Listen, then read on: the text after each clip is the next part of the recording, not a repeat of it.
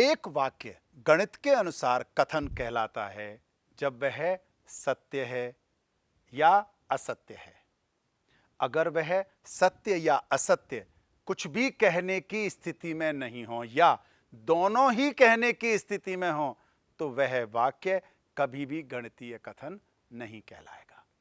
इसी प्रकार हमने पहले भाग में और देखा था कि यदि कोई भी विस्मय बोधक हो, कोई आदेश हो, कोई प्रश्न हो या ऐसा कोई वाक्य हो जिसमें एक अनिश्चित समय हो, जैसे आज लिखा हो, कल लिखा हो या बीता हुआ कल लिखा हो या यहां से दूरी कितनी है या वहां से दूरी कितनी है, ऐसा कोई भी शब्द अगर उस वाक्य में है तो वह भी गणितीय कथन नहीं कहलाएगा।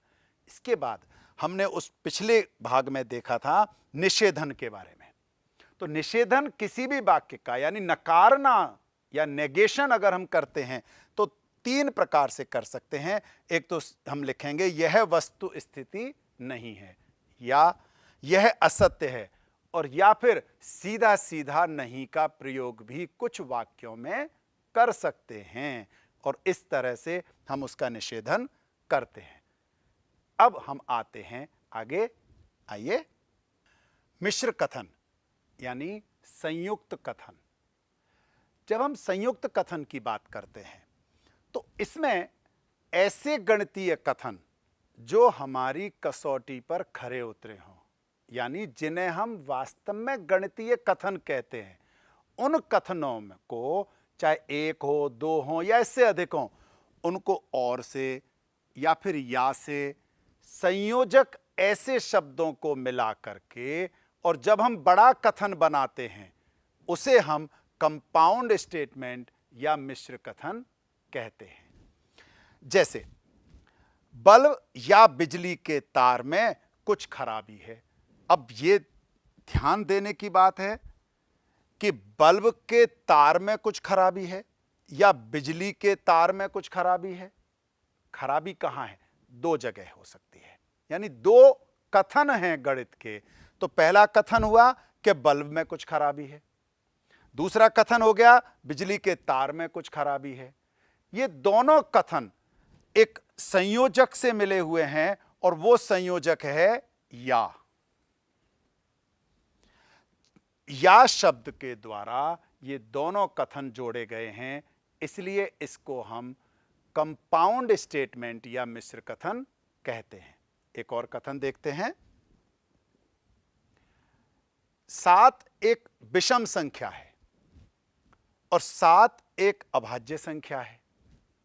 इन दोनों को अगर हमें मिश्र कथन बनाना है तो हम कैसे बना सकते हैं?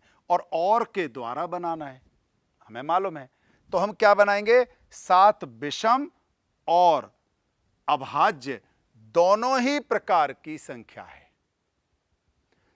तो गणितीय कथनों को पिछले वाक्य में हमने या से जोड़ा, इस वाले को और से जोड़ा, तो एक मिश्र कथन किसे कहेंगे?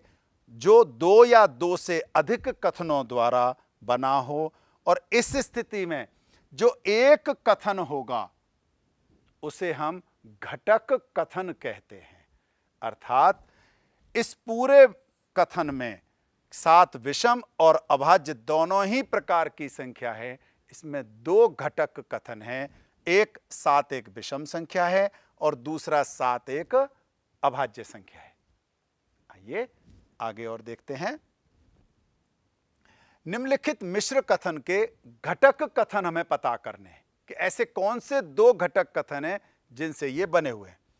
आकाश नीला है और घास हरी है, हमें पता है, बहुत सीधा सीधा दिखाई दे रहा है। पहला घटक कथन हो गया आकाश नीला है, दूसरा घटक कथन हो गया घास हरी है, दोनों और संयोजक शब्द से जुड़े हुए हैं। वर्षा हो रही है और ठंडक है, दो कथन और से जुड़ रहे हैं। सभी परमेय संख्याएं वास्तविक संख्याएं होती हैं और सभी वास्तविक संख्याएं सम्मिश्र संख्याएं होती हैं। फिर से ध्यान देने की जरूरत यह है कि सभी परमेय संख्याएं वास्तविक संख्याएं होती हैं। यहां तक तो हमारी समझ में आता है। हमें लगता है कि बिल्कुल है कि जितनी भी परमेय संख्याएं वो सब वास्तविक संख्याएं होती हैं, लेकिन दूसरा जो वाक्य लिख रहा है कि सभी वास्तविक संख्याएं सम्मिश्र संख्याएं भी होती हैं।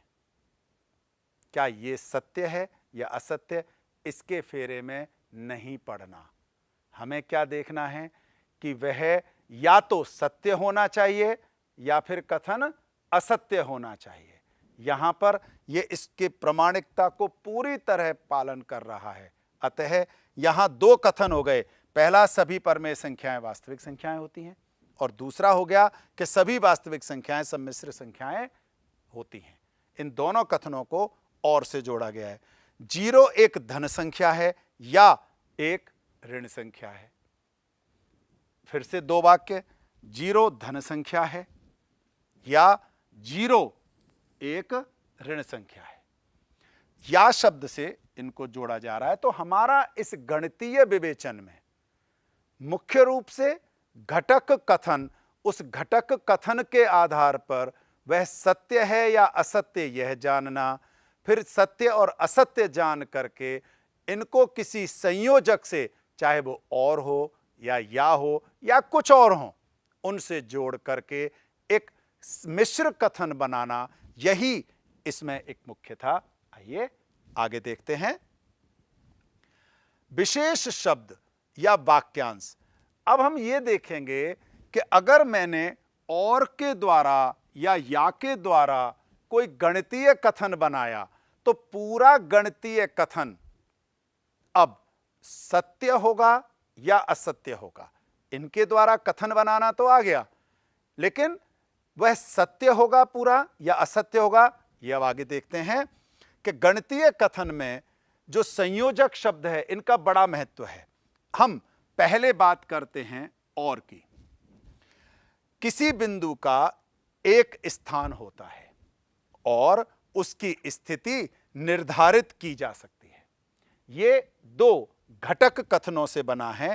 पहला घटक कथन है कि किसी बिंदु का एक स्थान होता है और दूसरा है उसकी स्थिति निर्धारित की जा सकती है। अगर ध्यान से देखें तो ये दोनों कथन सत्य हैं, क्योंकि कोई भी बिंदु एक स्थान पर ही होता है और वह उसकी स्थिति को निर्धारित करता है। दोनों कथन सत्य हैं।